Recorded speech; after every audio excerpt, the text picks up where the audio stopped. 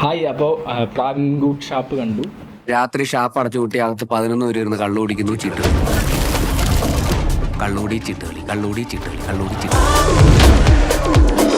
First പടം നമ്മൾ start ചെയ്യുമ്പോൾ തന്നെ നമ്മളിതിൽ വില്ലൻ മരിച്ച് അവിടെ മുതലാണ് കഥ സ്റ്റാർട്ട് ചെയ്യുന്നത്. മീൻസ് നേരെ തല തിരിഞ്ഞ് എങ്ങനെയാണ് മരിക്കുന്നതെന്ന് ആദ്യം കാണിക്കുന്നത്. ആദ്യം ഒരാൾ മരിച്ച് കിടക്കുന്നു, പിന്നെ എങ്ങനെയാണ് അയാൾ മരിച്ചത്, ആരാണ് അയാളെ കൊന്നത്, അതാണ് കഥ. അങ്ങനെയാണ് അത് അന്വേഷിക്കാൻ വേണ്ടി വരുന്ന ഒരു പോലീസ് ഓഫീസറാണ് നമ്മുടെ ബേസിൽ എന്ന് പറഞ്ഞാൽ ഭയങ്കര ഇൻ്റലിജൻ്റ് ആയിട്ടുള്ള. ഇപ്പോൾ ബേസിലിൻ്റെ ക്യാരക്ടർ സ്ട്രക്ചർ ചെയ്ത് വെച്ചിരിക്കുന്നത് എങ്ങനെയാണെന്ന് വെച്ചാൽ, സാധാരണ പോലീസുകാരൊക്കെ ഒരാളെ തല്ലിയും അതേപോലെ വയലൻസിലൂടെയാണ്. പക്ഷെ വയലൻസ് തീരെ ഇഷ്ടപ്പെടാത്ത, ടെക്നിക്കലി ബുദ്ധി ഉപയോഗിച്ച് കഥ കണ്ടുപിടിക്കുന്ന ഒരു പോലീസുകാരനാണ് ബേസിൽ. ആ ഒരു രീതിയിലാണ് കഥ പോകുന്നത്. പിന്നെ കുറച്ച് കഴിയുമ്പോൾ ബേസിൽ വയലൻ്റ് ആവുന്നുണ്ട്, പല സിറ്റുവേഷൻസിലും വയലൻ്റ് ആവുന്നുണ്ട്. ആ സിറ്റുവേഷനൊക്കെ ഭയങ്കര കോമിക്കായിട്ട് ചെയ്തു വെച്ചിട്ടുണ്ട്. ഇവൻ പറഞ്ഞ പോലെ വളരെ വയലൻസ് ഒന്നും ഇഷ്ടപ്പെടാതെ വളരെ സയൻറ്റിഫിക് ആയിട്ടും വളരെ ബുദ്ധിപൂർവ്വമായിട്ടും കേസ് വിളിക്കുന്ന ഒരു നായകൻ. പുള്ളിക്കാരൻ്റെ പല അടവും പടത്തിൽ ശ്രമിക്കുന്നുണ്ട്. ആ അടവുകളെല്ലാം നമുക്ക് ഭയങ്കര എന്താ പറയുക മെമ്മറബിൾ ആണ്. അത്രത്തോളം പടത്തിൽ അവിടെ പിടിച്ചെടുത്തും. ഒരു പരിധി കഴിയുമ്പോൾ പുള്ളിയുടെ കയ്യിൽ നിന്ന് ഈ കാര്യങ്ങൾ പോണ പോലെ തോന്നും.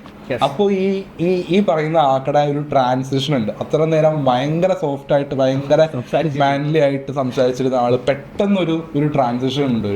ആ ട്രാൻസിഷനിലാണ് പടത്തിന്റെ കഥയുടെ ഒരു അത്ര നേരം നമ്മൾ കണ്ടിരുന്ന ഒരു കഥയിൽ മീൻസ് നമ്മൾ ഒരാൾ കൊല്ലപ്പെടുന്നു, ഒരു 2-3 സസ്പെക്ട്സ് നമുക്ക് ഇട്ട് തരുവാണ്. ആരൊക്കെ ആയിരിക്കാം കൊലപാതകം എന്നിങ്ങനെ ഇട്ട് തന്നതിന് ശേഷം പിന്നെ അവിടെ നിന്ന് ഒരു മാറ്റം സെക്കൻഡ് ഹാഫിലേക്ക് വരുമ്പോൾ നിങ്ങൾ ഇപ്പം കണ്ടതൊന്നും അല്ല യഥാർത്ഥ കഥ എന്നുള്ള സെറ്റപ്പിൽ ഒരു ടേൺ പടം മൊത്തത്തിൽ തരുന്നുണ്ട്.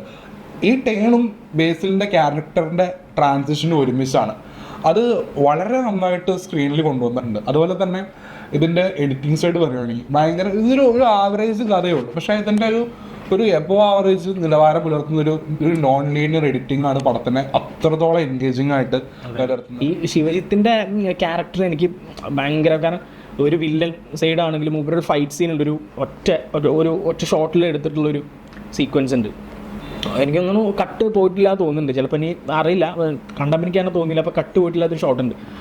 ഭയങ്കര ഹെവി വില്ലൻ സെറ്റപ്പ്. പുള്ളിയുടെ സൗണ്ട് മോഡുലേഷൻ, സംസാര രീതി ഗംഭീരം, അത്യധികം. ഇയാളാണ് കൊല്ലപ്പെടുന്നത്. എങ്ങനെ കൊല്ലപ്പെട്ടു എന്ന് പോലും നമുക്ക് ഒരു രീതിയിൽ നമ്മൾ ചിന്തിച്ചു. സത്യം.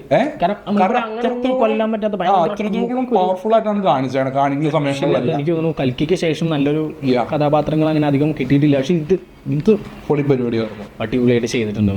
മൂപ്പര് മാത്രമല്ല അതിൽ അഭിനയിച്ച എല്ലാ ക്യാരക്ടേഴ്സും ഇതിലെല്ലാം അഭിനയിച്ച എല്ലാവരും സൂപ്പറായിട്ട് ചെയ്തിട്ടുണ്ട്. സൗബിനാണെങ്കിലും ആരാണെങ്കിലും, ഇപ്പോൾ ഇതിലെ പോലീസ് ഓഫീസറായിട്ട് അഭിനയിച്ചത്, അതേപോലെ ആ ഷാപ്പിലുണ്ടായിരുന്ന പല ജൂനിയർ ആർട്ടിസ്റ്റുകളുണ്ട്. അവർക്കൊക്കെ നല്ല നല്ല വേഷം കൊടുത്തിട്ടുണ്ട്. കോമഡി സീൻസ്, ഒരു ഫൈറ്റിൻ്റെ ഇടയിൽ അടി എൻ്റെ പിള്ളേരത്തോടുകൂടെ വെച്ച് വന്നിട്ട് അടി ഇട്ടിട്ട് വീണ്ടും ഒരു കടത്തം കിടക്കുന്നത്, അങ്ങനെ പല സാധനങ്ങളുണ്ട്. അതൊക്കെ എല്ലാവർക്കും നല്ല ഇമ്പോർട്ടൻസ് കൊടുത്തു. എനിക്ക് ആ വയസ്സായിട്ടുള്ള കുറച്ച് ഏട്ടന്മാരുണ്ട്.